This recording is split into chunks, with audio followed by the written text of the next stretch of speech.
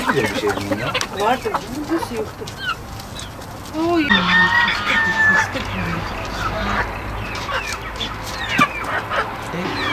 Bak güneşte sabahtan beri. Ha bütün eski hali nerede o eski hali?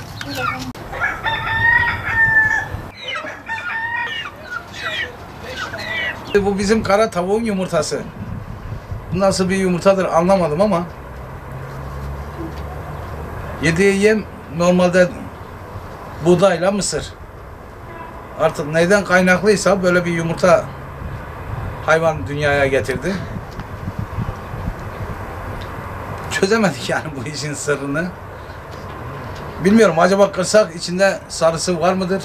Onu bilmiyorum. 3-4 senedir kendi evimize yetecek kadar 3-5 tane hayvan besliyoruz. Şu ana kadar hayatımda böyle bir şeyle karşılaşmam. Bırak kendi tavuklarımızda. Yani boyut olarak küçük yumurta olabilir. Ama yani şekil şemal olarak çok farklı bir şey. Daha çok yer fıstığı gibi duruyor. İlk hanım görmüştü. Ben işteyken telefonla mesaj attı, yumurtanın resmini gönderdi. Yani bir tuhaf bir şey. Tam anlamıyla şekil olarak yer fıstığı yani. Ucu kırık. Ön tarafı kırık yani. Kırılma nedeni yani doğuştan bu şekilde.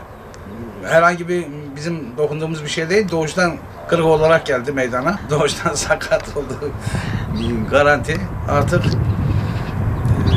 Allah her şeye kadirdir yani, böyle bir yumurta demiyorum. Vallahi sarısı da varmış.